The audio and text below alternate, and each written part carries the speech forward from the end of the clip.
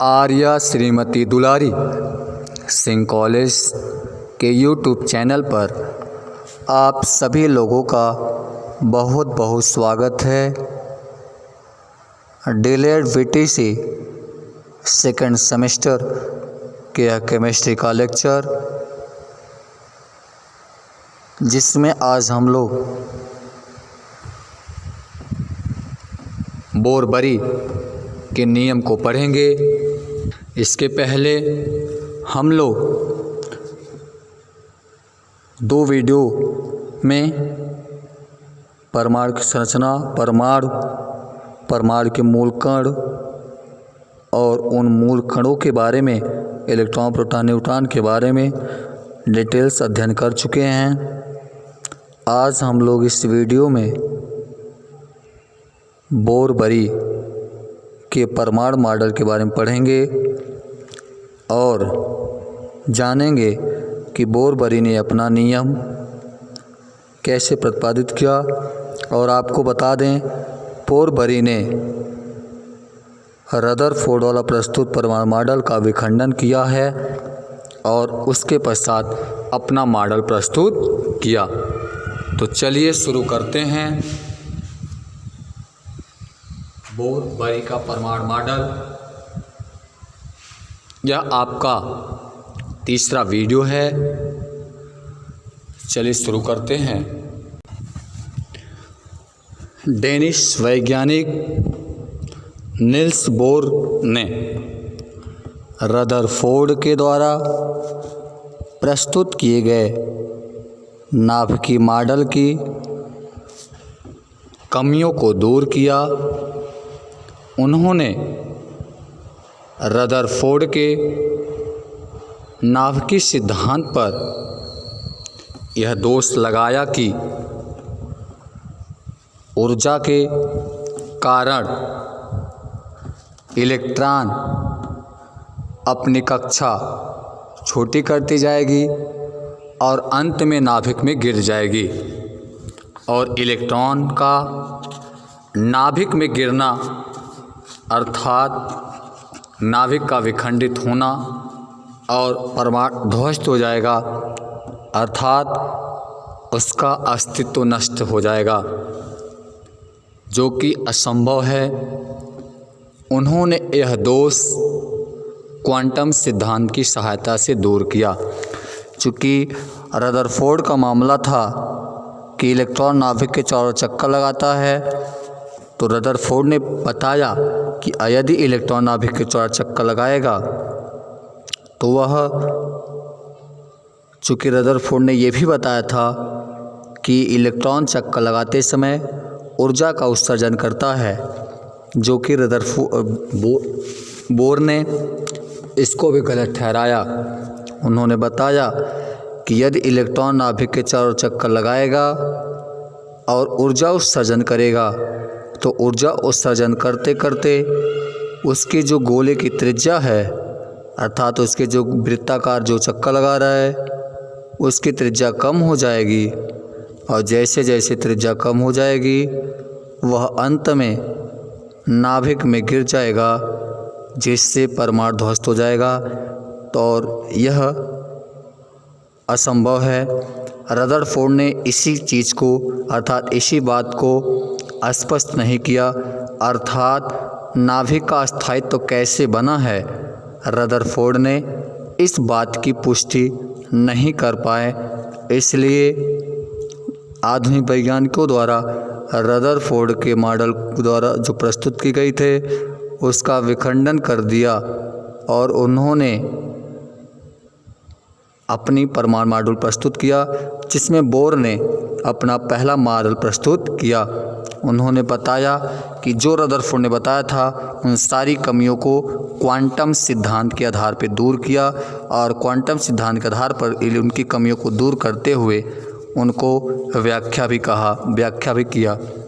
तो बोर की अवधारणा रहा, बोर ने बताया कि इलेक्ट्रॉन नाभिक के चारों ओर घूमता तो जरूर है, लेकिन वो एक निश्चित अर्थात अस्थायी कक्षाओं में घूमता है, जिन्हें हम लोग उसी कक्षा कहते हैं, और इलेक्ट्रॉन नाभिक के चारों ओर हमेशा स्थिर कक्षाओं में ही घूमता है। इलेक्ट्रॉन सभी कक्षाओं में नहीं घूमता। दूसरा, बोरबरी ने बताया कि प्रत्येक कक्षा की जो ऊर्जा होती है वो सदैव नियत होती है, इसलिए हम लोग इन्हें ऊर्जा स्तर या अस्थायी कक्षा भी कहते हैं, क्योंकि जब इलेक्ट्रॉन अपने कक्षा में घूमता है तो उसकी ऊर्जा वही बनी रहती है और उसमें वह अचर अवस्था में उपस्थित होता है। अस्थायी कक्षा को क्रम संख्या 1, 2, 3, 4, 5, 6 डैश से, और इन्हें हम लोग किसी अक्षर के, एल, एम, एन आदि अक्षरों से प्रदर्शित करते हैं। तो जो नाभिक के सबसे निकट होते हैं उस अस्थायी कक्षा को हम लोग संख्या के रूप में 1 और अक्षर के रूप में के मांगते हैं, अर्थात हम लोग उसे के कक्षा कहते हैं। जब जैसे नाभिक से दूसरा कक्षा होता है वह आपका यल कक्षा होता है, फिर नाभिक से दूर जाएंगे वो आपका यम कक्षा होता है। इस तरह से बहुत सारी कक्षाएं होती हैं। जैसे जैसे नाभिक से दूर जाते हैं वैसे वैसे इलेक्ट्रॉन की नाभिक से दूरी धीरे धीरे बढ़ती जाती है और उसमें कक्षा की ऊर्जा बढ़ती जाती है। तीसरा पॉइंट बोर ने बताया कि इलेक्ट्रॉन अपने जब अस्थायी कक्षा में घूमता है तो वह ऊर्जा उत्सर्जन नहीं करता, जबकि इसी बात का पुष्टि रदरफोर्ड ने नहीं कर पाया। तो बोरबरी ने बताया कि इलेक्ट्रॉन चक्कर लगाता है तो ऊर्जा उत्सर्जन नहीं करता, वह उत्सर्जन किए बिना और अपने अस्थायी कक्षा में लगातार वृत्तीय कक्षा में चक्कर लगाता रहता है। बोरबरी ने यह भी बताया कि इलेक्ट्रॉन तभी ऊर्जा उत्सर्जन करेगा या ऊर्जा अवशोषित करेगा जब वह एक कक्षा से दूसरी कक्षा में जाए, अर्थात जब इलेक्ट्रॉन निम्न कक्षा से उच्च कक्षा में कूदता है तो वह सदैव ऊर्जा का अवशोषण करता है, जबकि यदि इलेक्ट्रॉन उच्च कक्षा से निम्न कक्षा में प्रवेश करता है तो वह ऊर्जा का स्वतः उत्सर्जन करता है। तो इससे पता हुआ कि इलेक्ट्रॉन अपने जब अस्थायी कक्षा में चक्कर लगाता है तो वह ऊर्जा उत्सर्जन नहीं करता, वह इलेक्ट्रॉन ऊर्जा उत्सर्जन तभी करेगा जब एक कक्षा से दूसरी कक्षा में जाए। यदि इलेक्ट्रॉन अपनी कक्षा में चक्कर लगा रहा है तो ऊर्जा उत्सर्जन कभी नहीं करता, तो ऊर्जा का उत्सर्जन केवल क्वांटा में ही होता है। तो बोर के विचार का समर्थक प्लैंक के क्वांटम सिद्धांत पर द्वारा किया गया।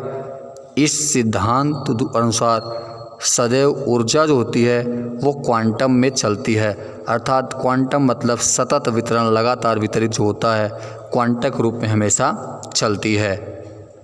बोरबरी ने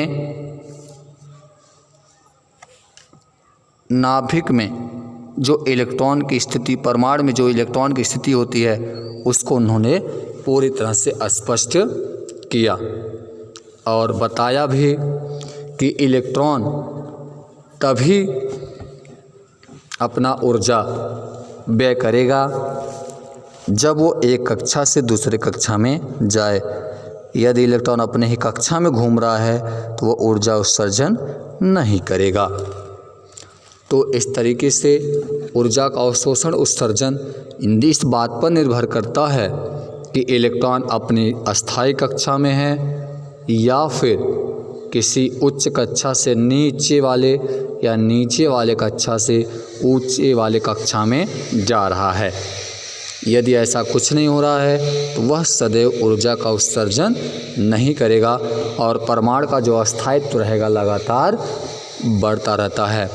हम आपको बता दें कि जब इलेक्ट्रॉन को ऊर्जा दिया जाता है तो वह एक्साइटेड अर्थात उत्तेजित अवस्था में पहुंचता है और जैसे उत्तेजित अवस्था में पहुँचता है वह इलेक्ट्रॉन अपने उपचर वाले कक्षा में कूदकर चला जाता है।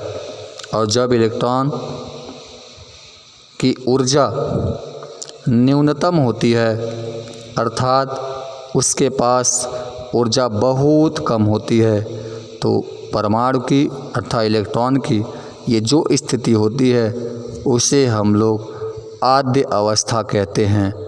आद्य अवस्था में इलेक्ट्रॉन की ऊर्जा बहुत कम होती है, वह रिएक्शन के लिए उत्तेजित नहीं होता क्योंकि उसकी ऊर्जा ख़त्म होती है और उसे रिएक्शन कराने के लिए हमें ऊर्जा देने की आवश्यकता पड़ती है।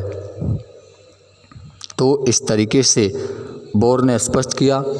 बोर ने रदरफोर्ड के मॉडल का विखंडित करते हुए परमाणु मॉडल का स्थापना किया और नाभिक परमाणु में इलेक्ट्रॉन का स्थायित्व कैसे बना रहता है, इन सारी बातों को बोर्स ने अस्थायी रूप से इनको स्पष्ट किया। नील्स बोर ने विभिन्न कक्षाओं में इलेक्ट्रॉन कैसे वितरित होगा इसको भी स्पष्ट किया है। अर्थात इन्होंने बताया कि किसी भी कक्षा में इलेक्ट्रॉन हम कैसे भरेंगे, इसके लिए इन्होंने अपना नियम भी बताया है। इनकी कुछ योजनाएं भी हैं जिन्हें हम लोग अभी जस्ट चलिए आइए अध्ययन करते हैं। तो बोर-बरी की योजना रही। बोर-बरी ने कक्षा में इलेक्ट्रॉन भरने की क्या योजना लगाई उसको हम लोग सीखते हैं। तो बोर-बरी की योजना रहा आपका जो निम्न प्रकार से है। तो नील्स बोर की योजना निम्न प्रकार रही। लैंगम्यू योजना में नील्स बोर और बरी ये दोनों अलग अलग नाम हैं। इन दोनों ने 1921 ईस्वी में संशोधित किया और इन्होंने परमाणु की विभिन्न कक्षाओं में जो इलेक्ट्रॉन वितरित होते हैं, इलेक्ट्रॉन कौन सी कक्षा में कितना इलेक्ट्रॉन रहेगा, कितने इलेक्ट्रॉन चक्कर लगाएंगे, इलेक्ट्रॉन किस प्रकार से चक्कर लगाएंगे, इन सारी बातों को बताया। तो कक्षाओं में इलेक्ट्रॉन को वितरित को उन्होंने बताया और इलेक्ट्रॉन वितरित करने के लिए इन्होंने कुछ नियम भी बनाया है जिसकी सहायता से उन कक्षकों में इलेक्ट्रॉनों को वितरित किया जाता है, जिन्हें हम लोग बोर-बरी की योजना कहते हैं। इस योजना में बोर-बरी ने निम्न बातें बताई हैं जिनकी सहायता से हम कक्षाओं में इलेक्ट्रॉन को वितरित करते हैं। आपको बता दें कि किसी परमाणु के कक्षाओं में या कोषों में इलेक्ट्रॉनों का वितरित करना इलेक्ट्रॉनिक विन्यास कहलाता है और इलेक्ट्रॉनिक विन्यास अर्थात इलेक्ट्रॉन का भराव बोर-बरी के अनुसार ही किया जाता है। इलेक्ट्रॉन के भरने में हुंड का भी कुछ योगदान है, उन्होंने भी, और अफवाऊ के भी नियम हैं जिनकी सहायता से हम लोग इनके इलेक्ट्रॉनों को भरते हैं। ये सारे नियम अभी हम आप पढ़ते हैं। पहले हम बोर-बरी की योजनाएं जो निम्न प्रकार हैं जान लेते हैं। आपके सामने चित्र बना दिख रहा होगा। इसमें चूँकि इसके पहले मेरा वीडियो में आपने पढ़ा होगा कि जो हमारा परमाणु होता है, परमाणु के केंद्र में एक धनावेश भाग होता है, हम लोग उसे नाभिक कहते हैं। नाभिक एक धनावेशिक क्षेत्र होता है। उस नाभिक में धन आवेशित भाग होते हैं जिसमें प्रोटॉन और न्यूट्रॉन उपस्थित होते हैं। ये प्रोटॉन और न्यूट्रॉन नाभिक के मूल कण होते हैं। इन्हीं कणों को हम लोग न्यूक्लियन भी कहते हैं। तो इस नाभिक के चारों तरफ अनेक बहुत सारे वृत्तीय कक्षाएं होती हैं, उन्हें हम अस्थायी कक्षा कहते हैं और उन्हीं कक्षाओं में इलेक्ट्रॉन चक्कर लगाता है। आपको फिगर में दिखा रहा है, नाभिक के जो सबसे पहला कक्षा है उसे के कक्षा, हम लोग इसे प्रथम ऊर्जा स्तर भी कहते हैं। जो दूसरा है अर्थात यल है उसे द्वितीय ऊर्जा स्तर, जो आपका तीसरा यम कक्षा है उसे तृतीय ऊर्जा स्तर, इस तरीके से चौथे वाले को हम चतुर्थ ऊर्जा स्तर कहते हैं।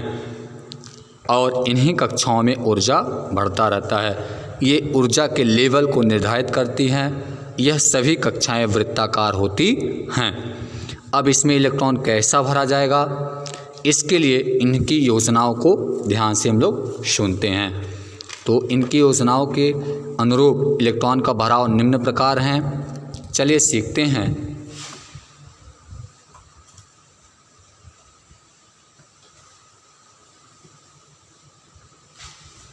तो इन्होंने बताया कि परमाणु की किसी भी कक्षा में, कोई भी कक्षा हो, उसमें इलेक्ट्रॉन जो भरा जाता है उस भरे गए इलेक्ट्रॉन की जो अधिकतम संख्या होती है वो हमेशा 2n² के बराबर होती है। अर्थात अधिकतम इलेक्ट्रॉन की संख्या 2n² के अनुसार ही भरी जाती है, जहाँ पे n कक्षा की संख्या है। अगर पहला कक्षा है तो n का मान हम 1 ले लेंगे। यदि दूसरा कक्षा है n का मान 2 ले लेंगे। तीसरा कक्षा है 3, चौथा कक्षा है 4। इस तरीके से जो n का मान है आपको बताता है कि वह कौन सा कक्षा है। जैसे पहली कक्षा में आपको दिख रहा है, पहली कक्षा के कक्षा होता है जिसके लिए n का मान 1 होता है। तो 2n² यहाँ से रख फार्मूला से n का वैल्यू 1 रखेंगे।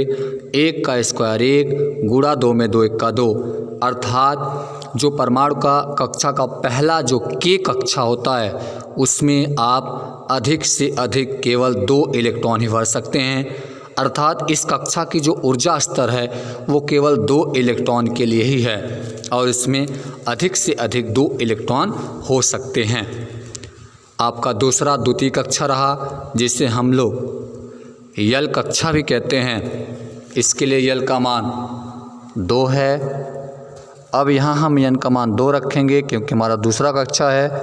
तो जब यहाँ n का मान 2n² में n का मान 2 रखेंगे तो पहले n के स्थान पे 2 का वर्ग 4 और फिर 2 का गुणा 8, अर्थात जो हमारा परमाणु का जो दूसरा कक्षा होता है, जो नाभिक के चारों तरफ दूसरा कक्षा है, उसकी जो ऊर्जा की लेवल है वह 8 इलेक्ट्रॉन के लिए होता है। अर्थात इस कोश में अधिकतम से अधिकतम 8 इलेक्ट्रॉन ही हो सकते हैं। इससे ज़्यादा इलेक्ट्रॉन लेने की क्षमता इसमें नहीं है। इसकी ऊर्जा लेवल की जो कैपेसिटी है वो 8 इलेक्ट्रॉन की है, इसलिए इसमें अधिकतम इलेक्ट्रॉन 8 होती है। तीसरा रहा ऊर्जा स्तर आपका जिसे हम लोग यम कोश कहते हैं। यम कक्षा है आपका जिसमें n का मान 3 रखेंगे। यह तीसरी कक्षा है तो 3 का स्क्वायर 9 और दूना 18, अर्थात जो तीसरी कक्षा होती है मतलब यम कक्षा जो होती है उसमें अधिकतम से अधिकतम 18 इलेक्ट्रॉन भरा जाता है। 18 से इलेक्ट्रॉन ज़्यादा भरने की इसकी ऊर्जा स्तर नहीं होती। हम इसमें इससे कम भर सकते हैं लेकिन इन इलेक्ट्रॉनों से ज़्यादा उसमें इलेक्ट्रॉन भरने की कैपेसिटी नहीं होती, इसलिए उससे ज़्यादा इलेक्ट्रॉन उसमें नहीं भरा जा सकता। चौथा आपका कक्षा रहा n बराबर 4। यह चौथा n कक्षा है जिसके लिए n का मान 4 है। 4 का वर्ग 16 दूना 32, अर्थात आपका जो चौथा कक्षा है उसमें अधिकतम इलेक्ट्रॉन की जो कैपेसिटी है वो 32 इलेक्ट्रॉन की होती है। इस तरीके से आपने देखा के यल यम n ये आपकी कक्षा हैं जिसमें विभिन्न इलेक्ट्रॉनों की कैपेसिटी पता चल जाती है, कौन से कक्षा में कितना इलेक्ट्रॉन रहेगा।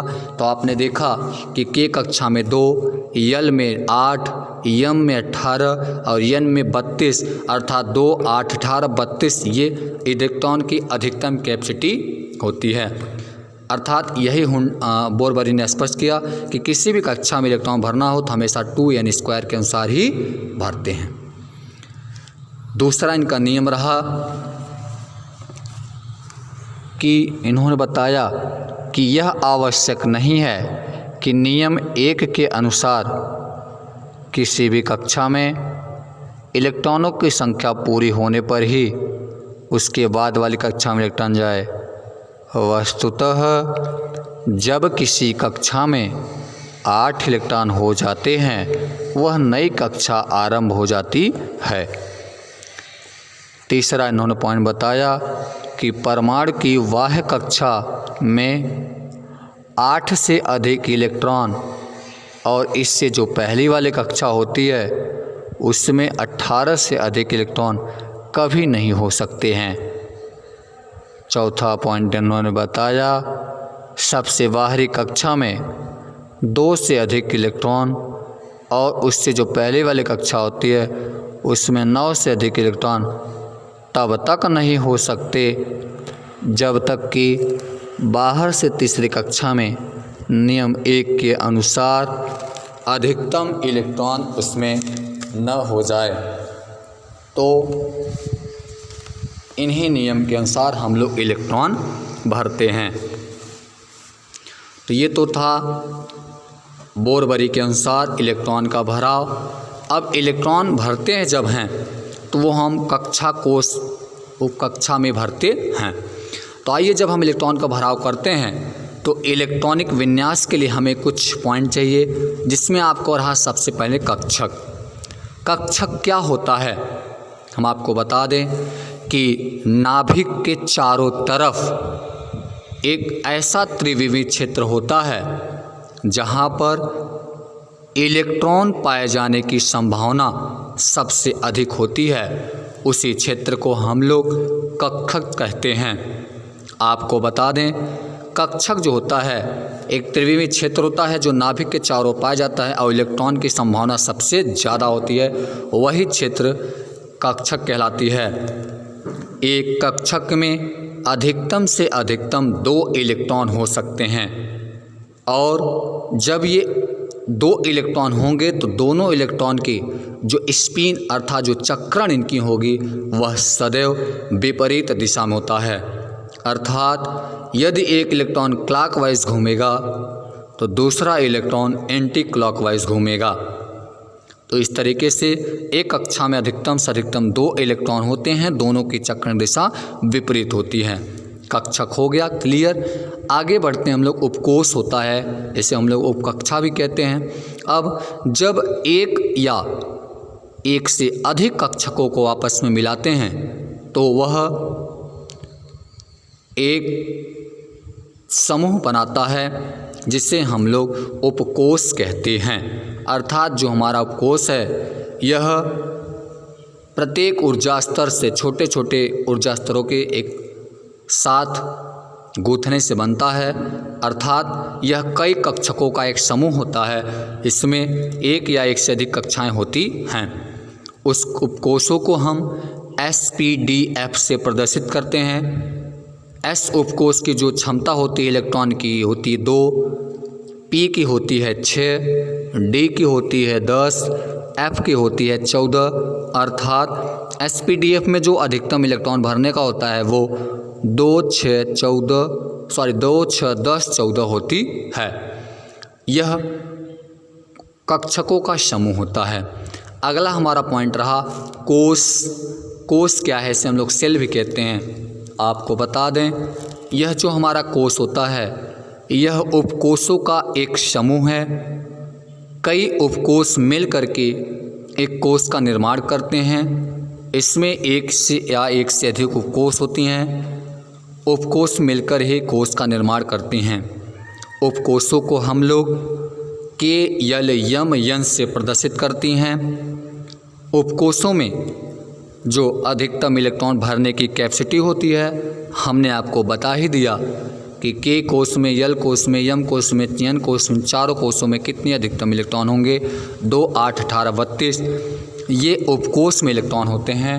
और जब आपसे ये कोष में इलेक्ट्रॉन होते हैं, जब आपसे पूछा जाए उपकोष में अधिकतम इलेक्ट्रॉन तो उपकोष आपके SPDF होते हैं। उन उपकोषों में 2, 6, 10, 14 इलेक्ट्रॉन भरे जाते हैं।